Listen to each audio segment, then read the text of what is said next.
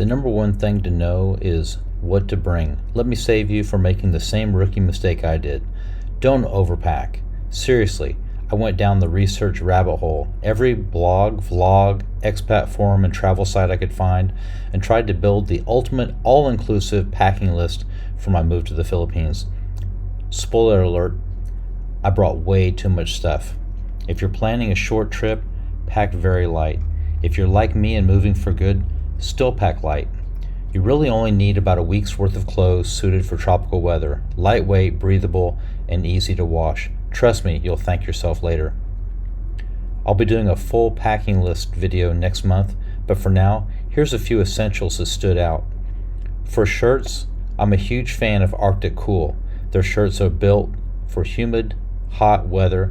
They breathe well, block UV, and actually help you cool down. The downside, they're a bit pricey, but if you want sun protection and comfort, they're worth every peso. As far as shorts, zippered pockets are a must here. Between crowded markets and hopping on trikes and jeepneys, you'll want your valuables secured. Hands down, the best shorts I've found are the Go Ruck Challenge shorts. Just research Go Ruck Challenge shorts and look for the cargo style ones with the zippered pockets. I've been wearing the same pair for 5 years. They're practically indestructible, quick drying, insanely comfortable, and perfect for hand washing and overnight air drying. If I had to start over, I'd pack a lot less and focus on quality over quantity.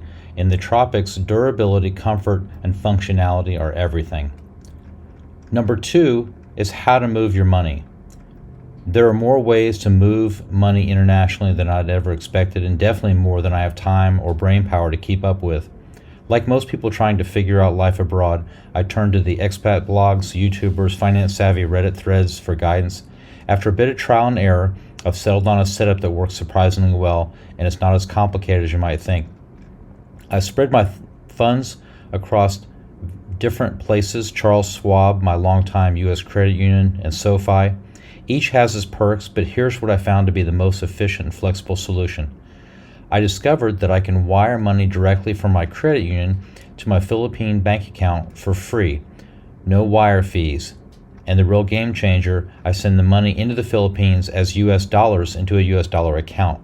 That way I'm not stuck with whatever exchange rate the bank decides to give me at the time of the transfer. I can convert my dollars into pesos whenever the rate's in my favor.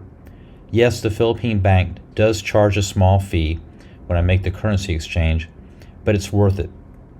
I get flexibility, control over the timing, and peace of mind knowing I'm not losing money on a bad conversion rate. Plus, the cash I keep in my credit union is still earning a solid 4% annual interest while it sits there waiting to be transferred. It's not flashy or high-tech, but this method has given me a mix of convenience, control, and value without having to juggle 10 different apps or services. Sometimes simply really is smarter. Number 3, let's talk about traveling. After landing in Manila, the first thing that hit me hard was the traffic. From the airport to the condo, I was in the most chaotic, unpredictable driving experience I've ever seen in my life. It reminded me of a piece of advice I heard from a vlogger before arriving. Don't drive in Manila. Not a car, not a scooter, until you've been here at least a month and observed all the traffic flows. That turned out to be some very solid advice, and I followed it. When I decided to buy a Toyota Hilux, I knew one thing for sure. I'd only drive in Manila once, just to get it out of the city. The day I picked it up from the dealership, I hit the road straight toward Angeles City. To my surprise, the drive out was fairly smooth compared to Manila. The traffic in Angeles felt calm. Still busy, but far less chaos. One thing I realized in the Philippines, there are very few actual traffic laws, more like traffic suggestions. That idea made perfect sense once I noticed how rare traffic lights are. Between Manila and Angeles, and even within Angeles itself, traffic lights are few and far between. Instead, U-turns are common, expected, practically built into the road systems. That alone makes navigating city streets more complicated, especially if you're used to orderly intersections. There are more surprises too. For example, it took me almost 2 months to realize that there are no drive-thrus at the fast food restaurants.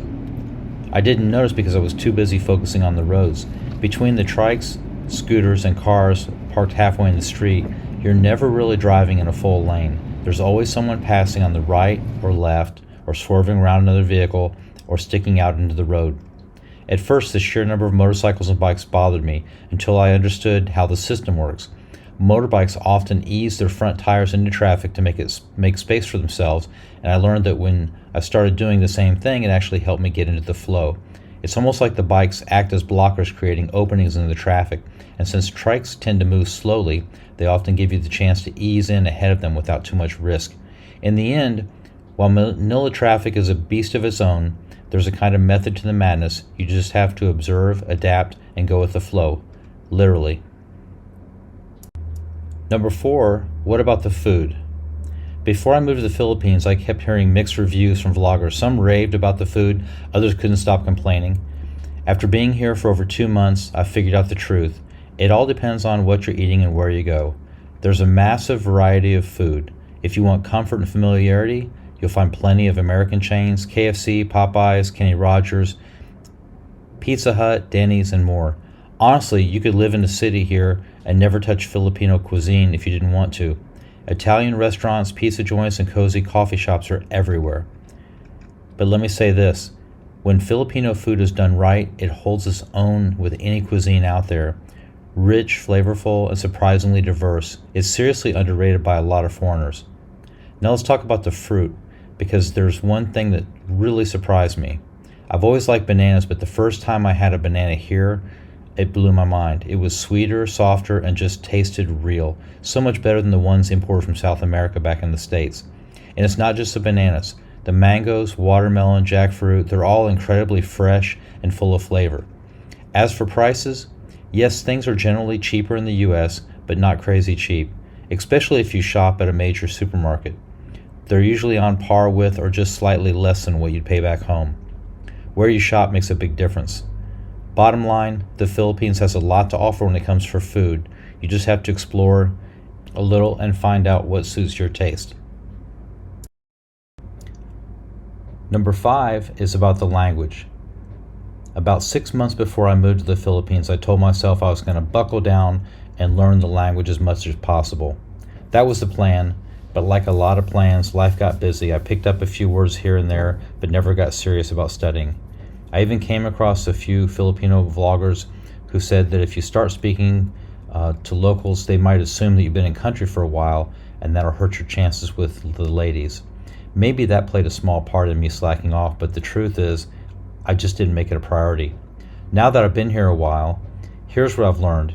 You can get by without speaking the language. I'd estimate around 80% of the people I interact with speak some level of English, especially in the urban areas and anywhere tourists go. So no, learning the language isn't absolutely mandatory, but that doesn't mean it's not worth it. Number 6 is how to get a date.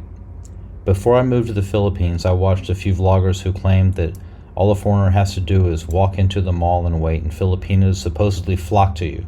Let me tell you, that's complete nonsense. In my experience, most Filipinos are polite, respectful, and a bit shy, especially around foreigners. Good, sincere women here aren't likely to approach a stranger out of the blue. So if you're expecting to show up and be swarmed with attention, you're probably in for quite an afternoon. Now, as far as dating apps, this is where things get real. Some vloggers gave the advice to wait until you arrive to the Philippines before jumping on the apps, and I fully agree. Get here, settle in, get a feel for your surroundings first. Get yourself a week or so to adjust before diving into the dating scene. I tried a few of the smaller dating apps, but honestly, there weren't enough active Filipinos that were worth your time. The one that really works is Tinder, because there are more Filipinos on Tinder than any other app. So here's what I did. I created a profile, I liked a few posts, and then went back to finish filling out everything, making sure to be clear, honest, and specific about what I was looking for.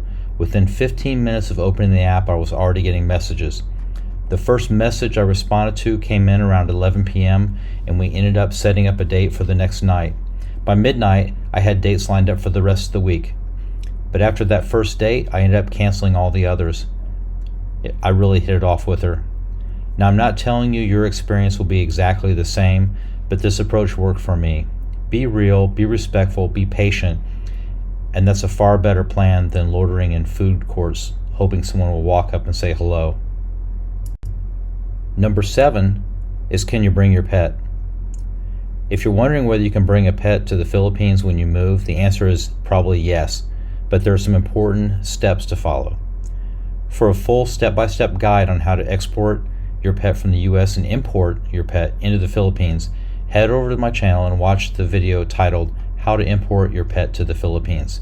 It covers everything you need to know step by step to make sure you go through the process and as smooth and stress-free as possible. Number 8 is about visas, specifically the SRRV, to become a permanent retiree here in the Philippines. So if you're considering long-term retirement, especially if you're a former member of the US, Canadian, or Australian military, there's a better option worth looking into. Check out my video, How to Retire in the Philippines on an SRRV, where I break down the Special Resident Retirees Visa, including the Expanded Courtesy SRRV, a fantastic deal for eligible veterans, and it's one of the easiest, most flexible ways to enjoy a long-term stay here without the constant visa runs.